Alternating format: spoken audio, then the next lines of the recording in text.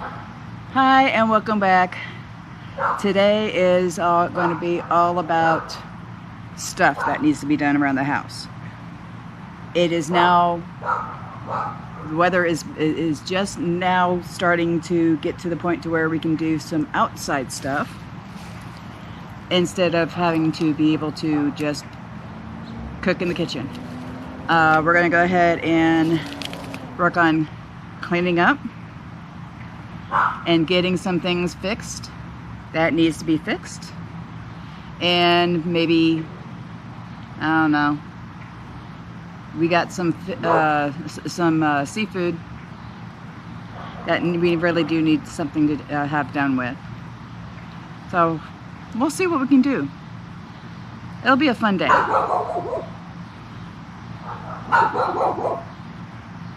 Hi.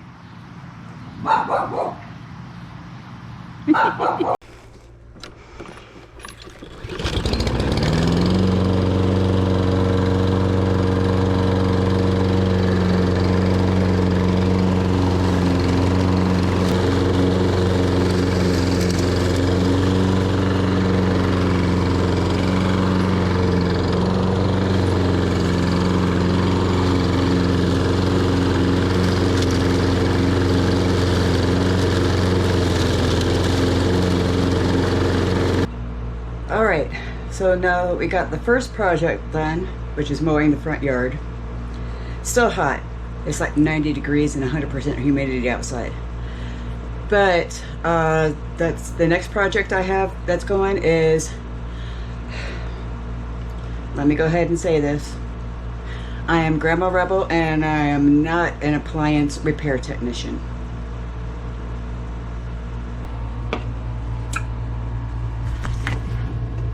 That hole's not supposed to be there. I did order the part. We're going to go ahead and replace it. I'm going to show you how. But first, remember that electrolyte that I made? Yeah, I'm making a gallon.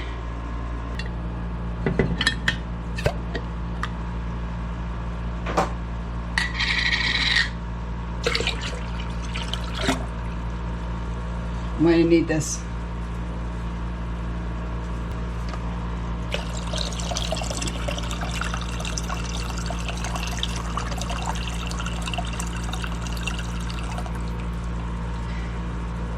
All right, so we have our part. Let's go ahead and open it up and make sure it's the correct part. Always open it before you are on camera to make sure that it is the right part, even though I'm pretty sure it is.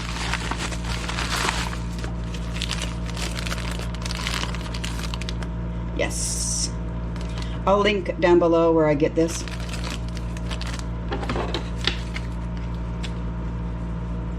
It's called a coupler.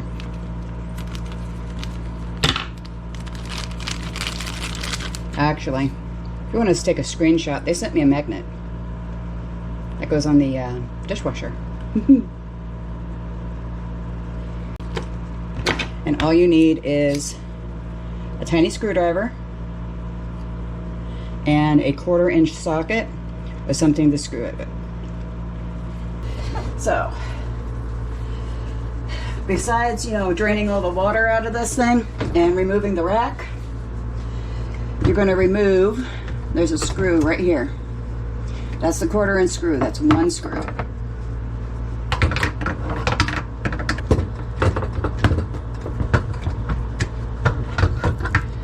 Screw. Now, in order for us to get this part up, see how easy that comes up? But there is a little tab on the back that needs to be popped off, if I remember right. Where is it?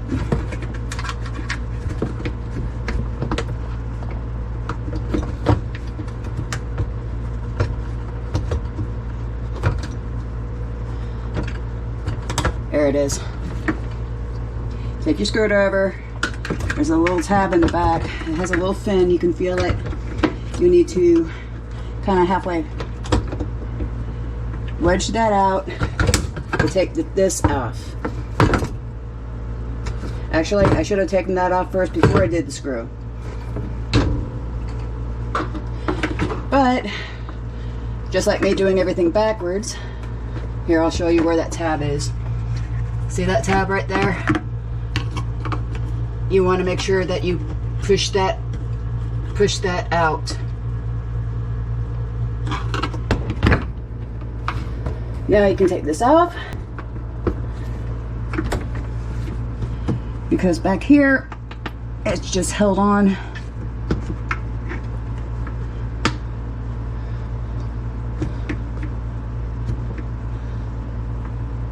And looks like I'm probably gonna have to take this off. I don't think I should have to. I usually take this off to clean, so we'll just go ahead and do a cleaning too. I just cleaned this, so there shouldn't be much in there.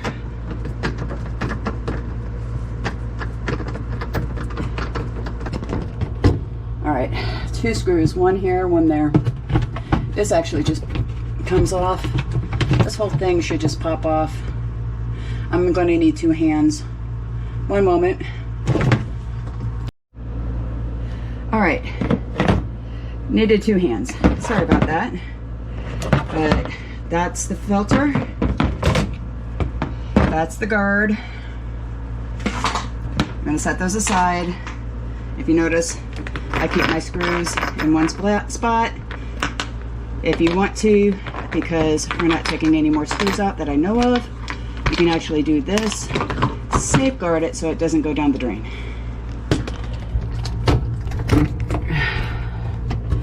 Now this part, if you notice, just pops off. In fact, ew, gross, disgusting.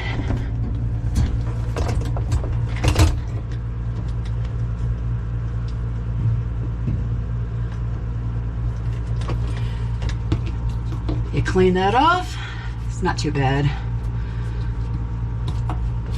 Pop that back on.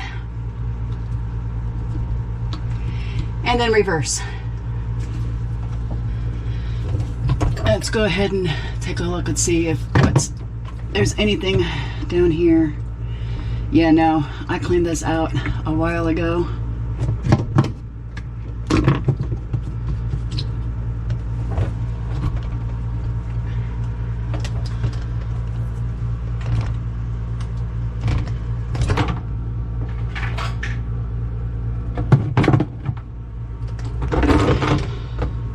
Don't think I'm going to need 2 for this.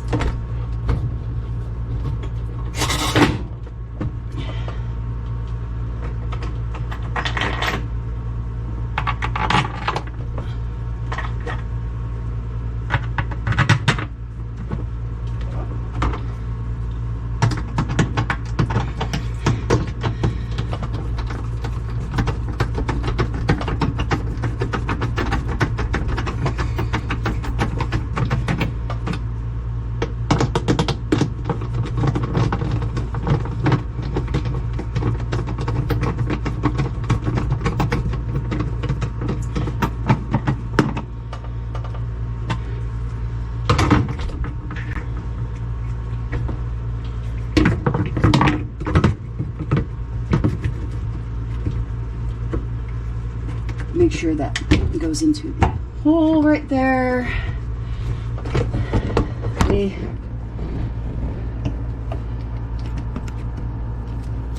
new part. Everything fits back where it's supposed to go.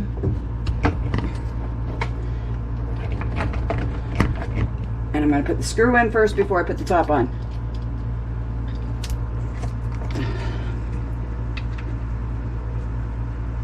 And if I'm breathing heavy, it's because I am at very odd angles, and it's very, very warm. Despite the air conditioning going. Oh, sorry.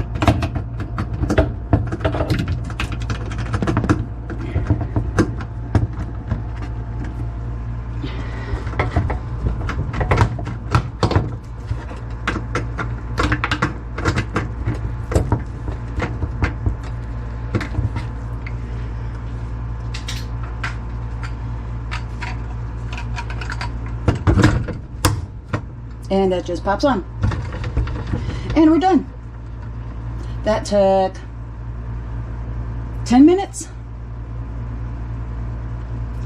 Now what we're going to do is we're going to run an empty cycle on this to get rid of any mold or any, anything that's growing on the inside. With hot water, with all the heat on. You don't want to use chemicals. I mean, you can use a dish tab if you want to, but I wouldn't use any chemicals like bleach, because there's rubber seals on the inside workings of a machine like this, and you don't want to dry out those rubber seals, or else you're going to have a lot more repair that needs to be done. Okay, so now that we have some chores done and repairs done in, the home, we're going to go ahead and skin and can some hatch chilies. It is the end of hatch chili season, and I was able to grab at least a bag to can. I'm going to show you how to do this in your oven. Not everybody has access to a barbecue or fire. I have all electric in my home. I don't have gas, so I can't use the burners. But you're going to take your chilies whole with stems, and you're going to put them in here. Okay, what you're going to do is you're going to put them in the oven and let them steam for a little bit.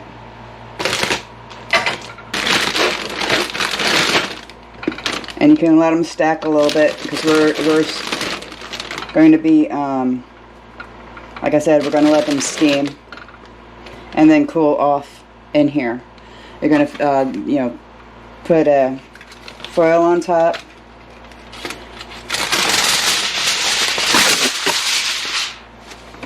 And it's going to be 325, and you're going to watch this very closely. This shouldn't take too long.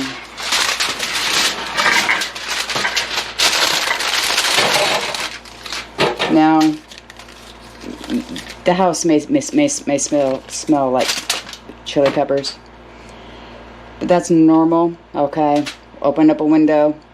It's not going to get so bad if it's like this, because if you do it over the stove, you're going to have that permeation of chili smoke coming off of that. So 325.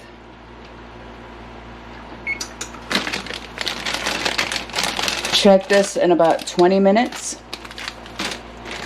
And then if it's not done enough to where the skins are going to slough off, go ahead and put it in them for another 10 minutes.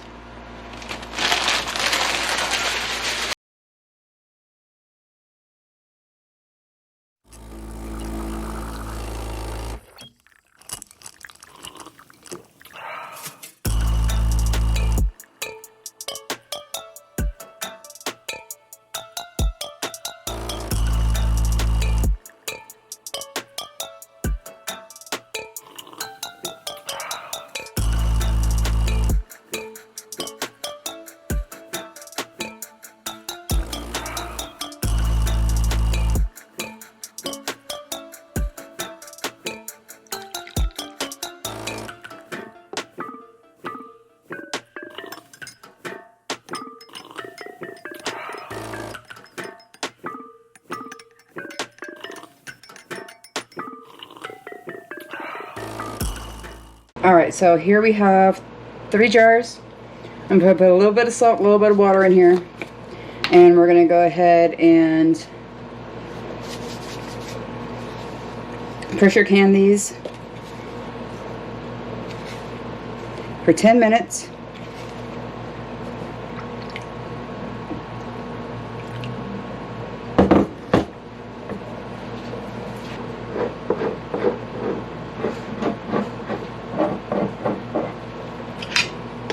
Okay, and into the canner we go.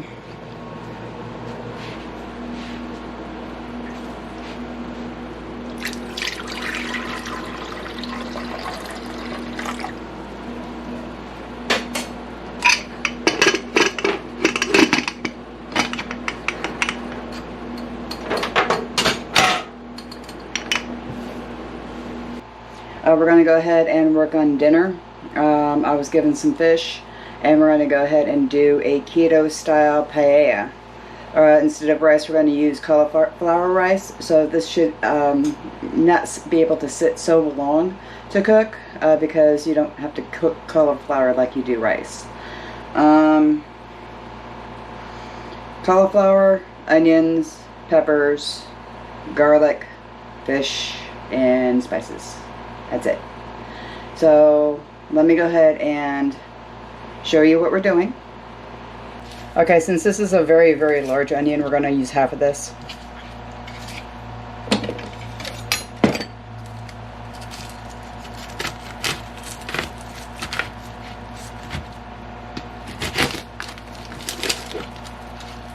And save that for later.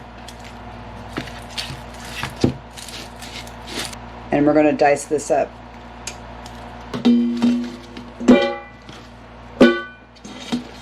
We're going to do the same thing with peppers.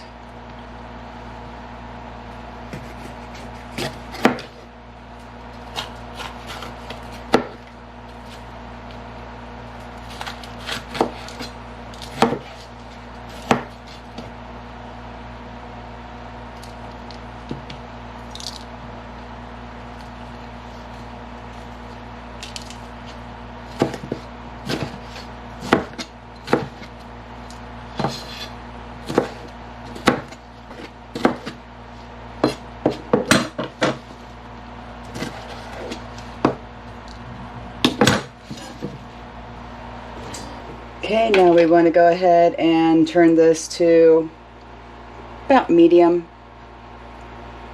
high-ish, and put in some olive oil.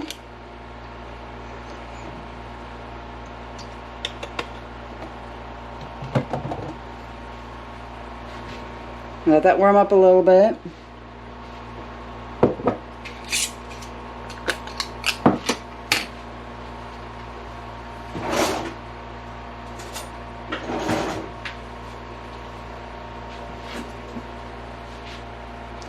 And we're going to go ahead and add a lot of garlic.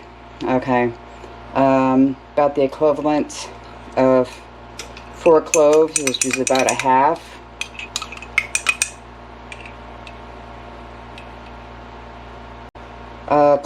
Head. So I'm probably going to add 1.5 to 2 tablespoons of garlic, of the chopped garlic that we did. And while we wait for that to settle up, just want to let you know, I'm not a appliance repair tech, but I did spend the last 25 years repairing computers, laptops, printers, servers. Okay, it's all about knowing how to read the repair manual and to know how a machine works. If it's if it's acting a certain way, it's probably indicating a part that needs to be replaced. My machine was not cleaning properly, and that's whenever I found those holes. So I'll keep an eye on it for a couple of more cycles to see if things clear out. If not, I'll go ahead and take a look at seeing if there's anything else that's going on with it. But in the meantime, our garlic is starting to fry.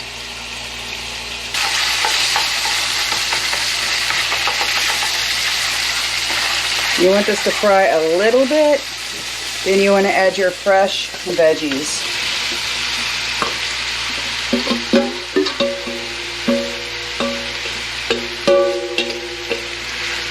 Okay, and then we're going to cook until translucent.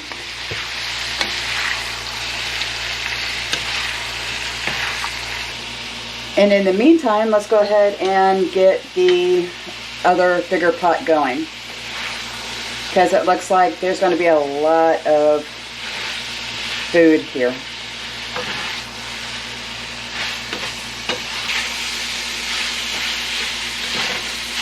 Okay, and in this pot, you want to add one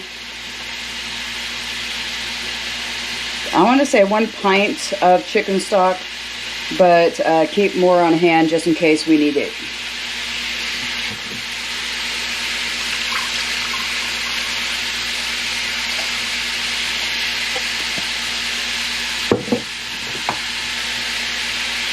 and 1 pint of tomato sauce.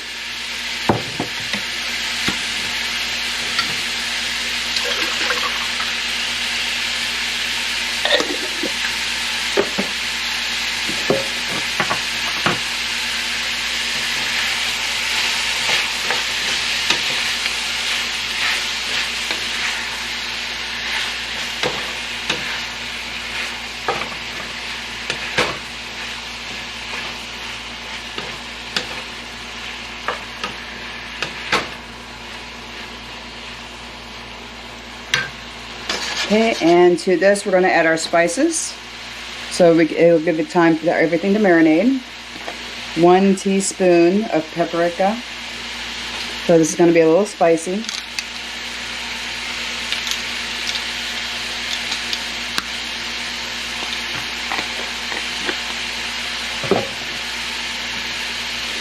One teaspoon of salt.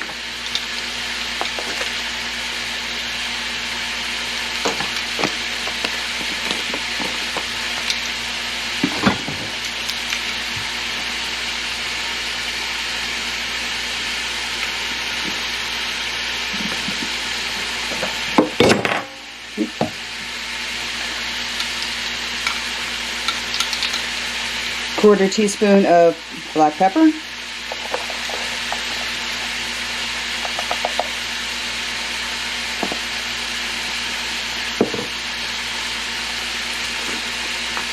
And quarter teaspoon of turmeric. Now usually you add saffron to this. I don't have saffron or anything close to it. But to get that nice golden color, we're going to add the turmeric. Clean the mess.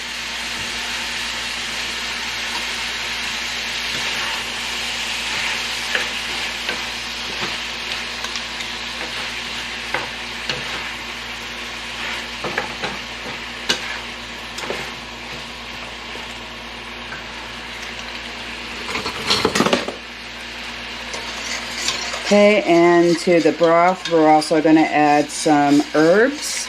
This is the reason why I want to do this separately, is to be able to get those herbs to bloom. Oregano, thyme, and lemon peel.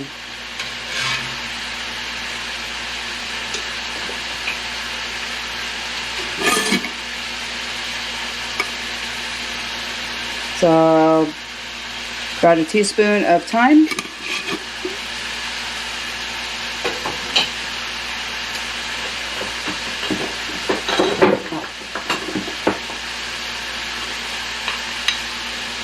Teaspoon of oregano. And you do want to add the zest. You don't want to add the juice because, you know, it'll make it a little bit more liquidy, but you still want that nice fresh lemon flavor. And if you don't have any lemon zest, you can use some of that preserved lemon. Just cut it up into small chunks. Now remember, this is keto style, okay? Watch your portion sizes. You do have carbs in the onions, the peppers, and the tomato sauce. But everything else is very minimal.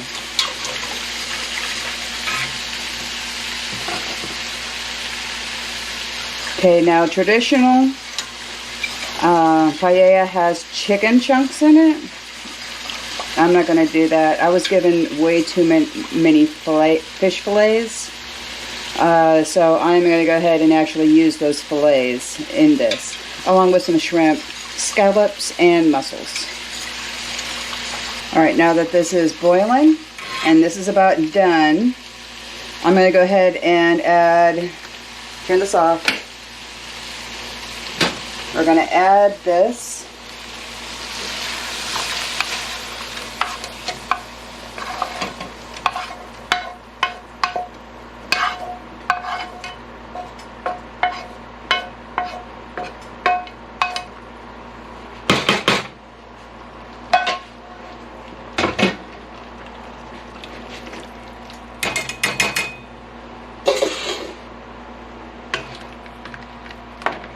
If you think it's soupy, yes it is. Okay, it's meant to actually have rice in it, and the rice starch to make a gravy type, and for the rice to soak everything up. We're not going to have that, so we're going to use a thickener. Make it more of a stew.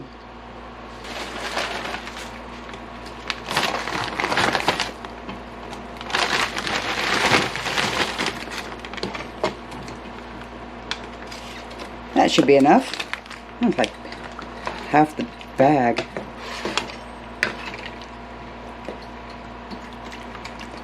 Alright, let's see if there's any more room for the other stuff. This, you do want to add your cauliflower rice now. You're probably going to need more. The rest of the chicken stock.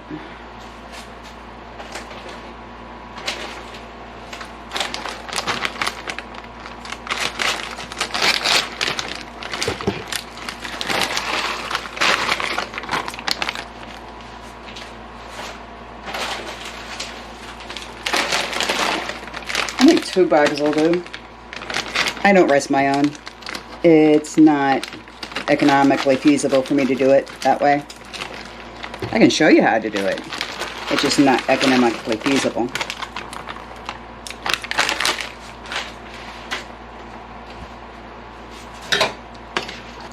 Now we're going to let this sit on medium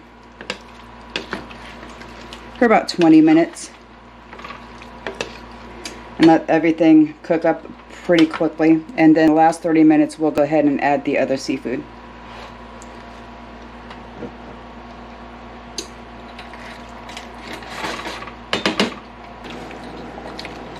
Now that we're in the last stages of the fish being done, we'll go ahead and add the other ingredients. We may not need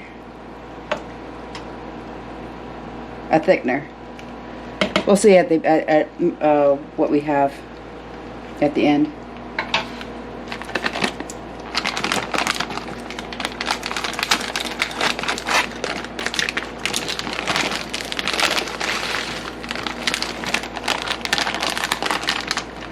I like mussels, by the way.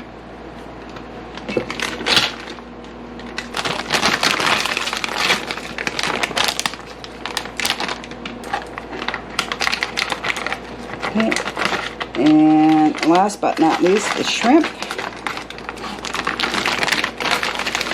I'm doing about half a bag of each. And then we'll save the other half for later. Stir it all nice and in. You want to taste?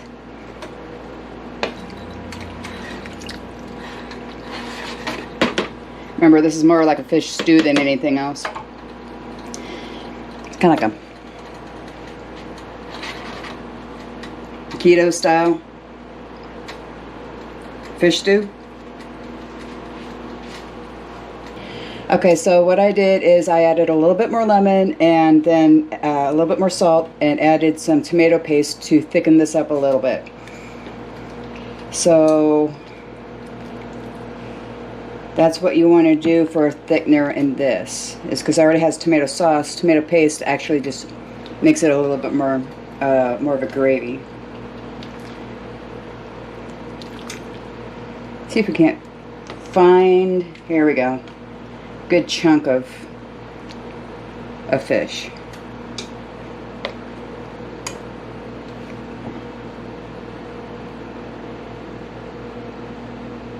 Okay, and this is keto fish stew. Okay, well, that's it for this weekend. So much stuff that needs to be done. Now that it's raining, half my lawn is actually starting to turn green again. Still need to do the backyard and other cleanup.